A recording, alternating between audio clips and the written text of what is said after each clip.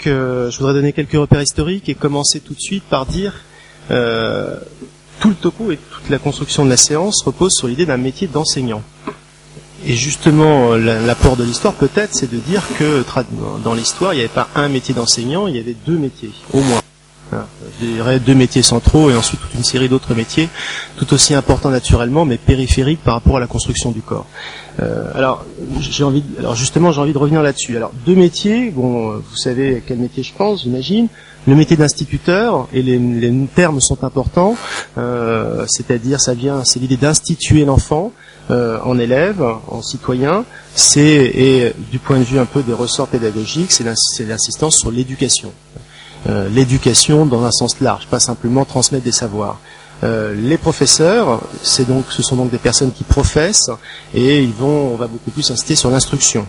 Ajoutons tout de suite un peu de complexité, et il y avait également un deuxième corps qui a existé pendant un siècle et demi, c'est-à-dire du début du 19e siècle jusque dans les années 1960-70, c'était ce qu'on appelait les répétiteurs, puis professeurs adjoints, qui est important pour comprendre le lycée d'aujourd'hui, parce que, en gros, je le dis tout de suite, mais je reviendrai sur cet aspect-là, il y avait donc 2 heures de cours le matin, 2 heures de cours l'après-midi, ça c'était assuré par des professeurs dans les lycées de l'époque, mais tout le reste les élèves étaient en fait en pensionnat, et ils étaient encadrés par ces répétiteurs, qui à la fois servaient de surveillants, mais également de gens qui les aidaient à faire les devoirs, qui avaient toutes ces fonctions-là. Donc un métier, donc une profession qui jouait un rôle très important dans le lycée de l'époque, et qui a disparu par la suite.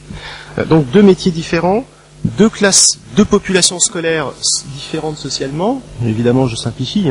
Donc, pour l'école primaire, pour les instituteurs, c'est un recrutement populaire. Je rappelle que c'est un enseignement qui est scindé en deux.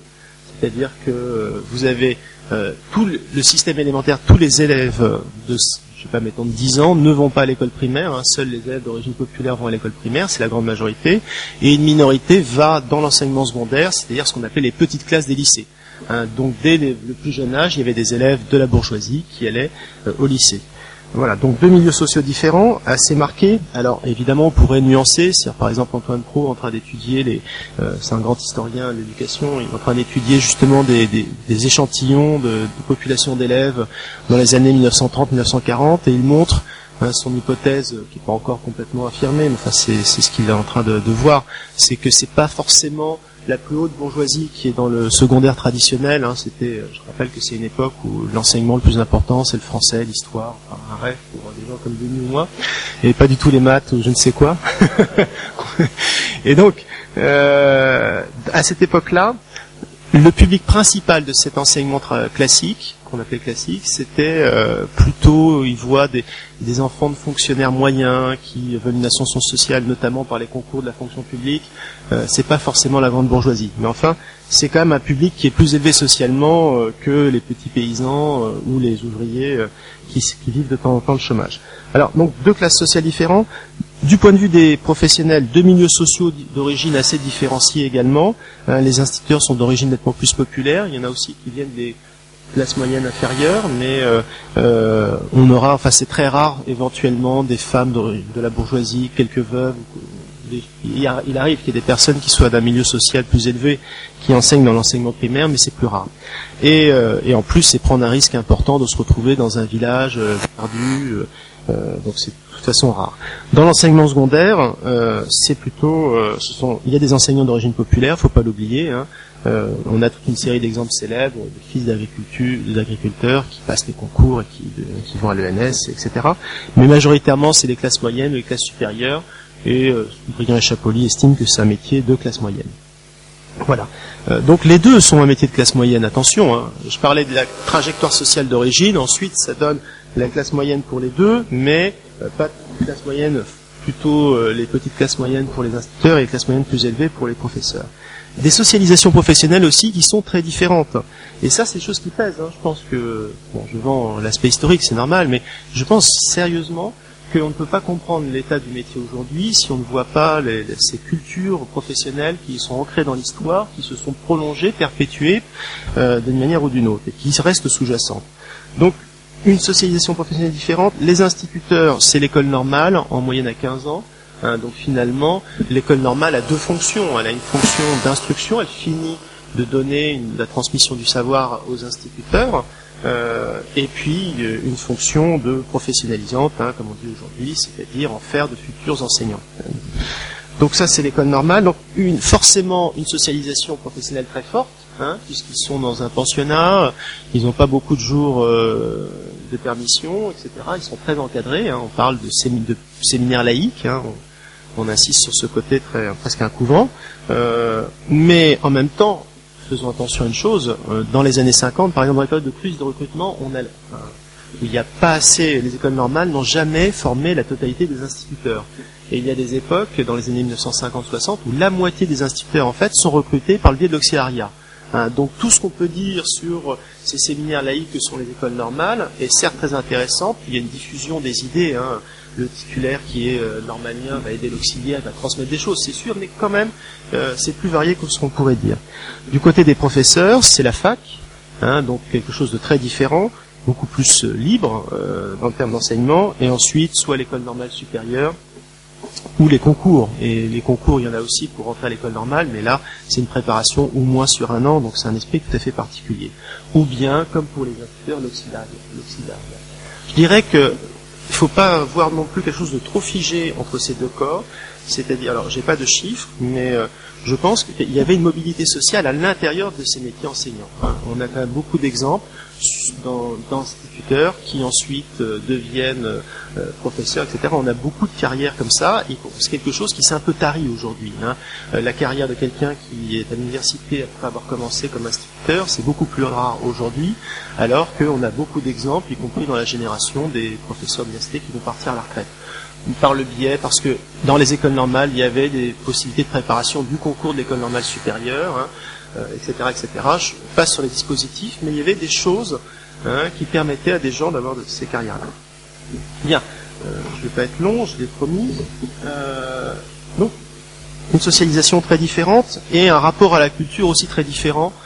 Si c'est quelque chose qui vous intéresse, Bernard Pudal a écrit beaucoup de choses, je peux donner les références en dehors, des choses intéressantes dessus, c'est-à-dire un rapport à la culture. Alors forcément, aussi une schématisation, mais une schématisation, un idéal type qui me paraît assez pertinent, c'est-à-dire un rapport à la culture plus distancié pour les professeurs qui ont été à la fac, qui ont plus d'éléments pour maîtriser ça, et donc peuvent se permettre, les bons élèves peuvent se permettre d'avoir une certaine distance critique par rapport au savoir, tandis que les instituteurs sont plus justement dans un rapport de révérence au savoir, parce que ils ont arrêté plus tôt, je trouve que ça marche assez bien.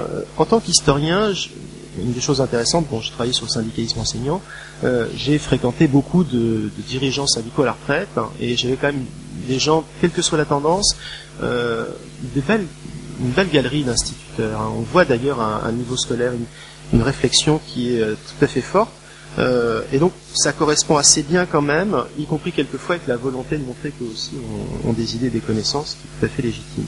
Voilà, donc ça c'est un rapport à la culture qui serait aussi sans doute assez différent. En même temps, on a des instituteurs écrivains, alors on pourrait analyser le type de roman qui est écrit ou en termes de pédagogie, hein, sur quoi ils se spécialisent, mais enfin, un rapport, c'est intéressant. Alors pour finir, de pédagogie, point d'interrogation, alors les instituteurs sont plus perméables à ce qu'on appelle l'éducation nouvelle, c'est-à-dire des idéaux tels que ceux de Célestin Freinet, une place plus importante à l'enfant, etc. Bon, c'est vrai, plus que les profs. En même temps, il faut bien voir, et j'y reviendrai, que la structure du système est très différente, c'est-à-dire ce qu'on appelle la forme scolaire. L'instituteur est seul, il maîtrise sa classe, il maîtrise un groupe d'élèves toute l'année. Donc il peut faire, c'est un Freinet, mais il y en avait d'autres, beaucoup d'autres, il peut innover, il peut décider, voilà, moi je fais ma méthode, pendant un an, je peux voir les résultats sur mes élèves, je peux tester, expérimenter, changer, j'ai une certaine maîtrise des choses. La responsabilité, du coup, on le sait bien, c'est le problème de la modernité, la responsabilité, du coup, est plus grande si on échoue, mais il y a cette possibilité-là. Tandis que le professeur, de toute façon, il est dans un système un peu taylorien, avant la lettre, c'est déjà au XIXe siècle, c'est-à-dire qu'il fait des heures de cours, ensuite il passe le relais à son collègue, le professeur est censé être interchangeable, c'est-à-dire, d'ailleurs maintenant, c'est ce qu'on dit pour les remplacements, vite on peut être remplacé tout de suite par quelqu'un d'autre. Donc il y a un côté, par la structure même de l'enseignement, où l'innovation sera forcément plus difficile, plus restreinte. Alors elle peut être différente, j'en conviens. Alors, donc, les instituteurs plus perméables à l'éducation nouvelle, mais un des points essentiels de l'éducation nouvelle, alors ils le sont plus en termes de sortie scolaire, etc., mais c'est quand même le refus de l'autoritarisme. Hein. Je vous rappelle qu'on est maintenant dans une société d'individuation, où on donne sa place aux élèves, etc. L'instituteur ancienne matière n'est pas du tout sensible, ancienne manière, il n'est pas du tout sensible à cette volonté de donner une place plus importante aux élèves. Hein. Je dis la grande majorité des enseignants des instituteurs fonctionnent à l'ancienne là-dessus. Et donc, c'est même plutôt les instructions officielles, c'est même plutôt le ministère qui leur dit essayez de donner une place à vos élèves, etc. C'est plus les instructions officielles qui vont dans ce sens-là que les pratiques réelles des instituteurs. Et les instituteurs sont plus acquis à la démocratisation de l'enseignement que les professeurs, c'est vrai, et en même temps, il y a une très forte naturalisation de l'échec scolaire chez eux, y compris chez ces anciens dirigeants syndicaux que j'évoquais à l'instant, hein. Donc des gens vraiment qui étaient à fond pour la démocratisation et qui en même temps vous disent que il y a des bons élèves et des mauvais élèves et que c'est comme ça. Voilà, donc il y a ces deux aspects. L'élitisme des professeurs, il faut pas, je le dis tout de suite, en 1950, il y a plus d'agrégés, il n'y a pas plus d'agrégés en 1950 que d'universitaires aujourd'hui. Hein, c'est-à-dire que c'est aussi un métier, pour le métier de professeur aujourd'hui, il y a un changement considérable de la morphologie. C'était une élite très restreinte, hein, l'agrégation c'est quelques dizaines de places par an à l'époque. Donc on a du mal, de toute façon on fait des comparaisons qui sont un peu faussées, hein, puisqu'on n'est plus sur le même niveau. Ça va ? Alors, qu'est-ce qui a changé aujourd'hui ? Bien, on est dans une tentative d'unification, et le vocable enseignant qui s'est de plus en plus imposé, en témoigne, même pour des études très sérieuses qui portent que sur des professeurs de lycée, on va parler d'enseignants. C'est intéressant. Pourquoi pas, hein. Il y a également ce qui montre bien cette unification symbolique, c'est le fait que les instituteurs ont obtenu de devenir des professeurs des écoles. Alors, il y a deux interprétations possibles. C'est une victoire symbolique. C'est eux qui l'ont demandé, ils sont contents. Et ils pensent que ils augmentent en prestige social en devenant professeurs des écoles. On peut dire aussi que c'est une défaite du corps, hein, puisqu'il y avait une forte originalité du corps des instituteurs qui était fier de faire, y compris par opposition aux professeurs, hein, puisque les deux corps se critiquent un peu mutuellement, c'est le jeu, c'est normal. Les instituteurs donc ont abdiqué cette volonté qu'ils avaient pendant des décennies de dire nous faisons de l'éducation, enfin voilà. Ils renoncent un peu à leur spécificité. Alors, deuxième aspect, je ne vais pas être long, c'est l'unification du système, qui se fait désormais par degrés, hein, vous connaissez tous, hein, primaire, collège, lycée, qui n'a pas éliminé les inégalités sociales de réussite scolaire, donc tous les problèmes qui se posent. Le fait que le collège soit rattaché au second degré, c'est un enjeu très important, puisqu'il y a eu beaucoup de batailles entre les deux ordres, hein. À partir du moment où on voyait bien que l'unification se dessinait, est-ce que ce qu'on appelait l'école moyenne, comment la rattacher? Moi, je pense qu'il faut relativiser une chose. C'est l'idée qui est souvent répandue de dire, puisque le collège fait partie officiellement du second degré, ça veut dire qu'au collège, on applique la pédagogie des années 1950. Je crois que c'est une réduction des choses. D'abord parce que les enseignants, les professeurs dans les lycées et collèges ont beaucoup changé par rapport à ceux des années 50, en termes de morphologie du corps, je l'ai dit, et aussi dans leur pratique. Les gens s'adaptent, et je crois qu'il y a quand même une différence entre l'élite professorale du secondaire d'hier et les enseignants d'aujourd'hui en lycée. Je dirais un mot sur le fait que ce qui a beaucoup changé, c'est aussi l'origine sociale des instituteurs. Alors il y a des débats, je ne vais pas résumer parce que j'ai pas le temps, entre sociologues sur le fait est-ce que les instituteurs se sont autant bourgeoisés qu'on le dit. Il me semble quand même que c'est assez net. Même si ça c'est également dû au fait qu'il y a une démocratisation, enfin il y a plus de gens qui ont des diplômes, il faut faire attention à ce qu'on compare. Mais c'est vrai que la distance culturelle s'est un peu aggravée entre les instituteurs et leur public d'élèves. Bon, pour les professeurs, ça a toujours été le cas. Enfin, non, justement, ça s'est aggravé aussi, puisque pour les professeurs, ils avaient des élèves issus de la bourgeoisie, pour simplifier, donc voilà. Ce qui n'a pas changé, je terminerai là-dessus, c'est le fait que quand on étudie, alors c'est pas moi qui ai étudié ces rapports, c'est Philippe Savoie, a étudié toute une série de rapports officiels pour réformer le métier d'enseignant depuis la fameuse commission Ribot en 1902, une commission très importante, et il constate qu'il y a quelque chose qui n'a pas changé depuis 1902, c'est les recettes de nos gouvernants, donc la volonté du travail en équipe, donner plus de pouvoir aux proviseurs, et essayer d'insuffler une certaine innovation pédagogique. Donc, depuis 1902. Alors, pourquoi ces résistances des profs Puisque il y a encore toute une série de rapports, sauf le dernier, il me semble qu'il est plus prudent, qui repose exactement la même problématique. Je pourrais y revenir ensuite si ça vous intéresse dans la discussion. Je dirais quand même que ce qui est fondamental, c'est les luttes des enseignants pour préserver leur autonomie professionnelle. Et ça, il me semble que, voilà, à moins de passer en force, si on veut, disons, rénover le métier d'enseignant de manière positive, il faut s'appuyer sur ce que font les enseignants plutôt que de les culpabiliser. Et plus tard dans la discussion, j'évoquerai éventuellement la question de l'éducation populaire.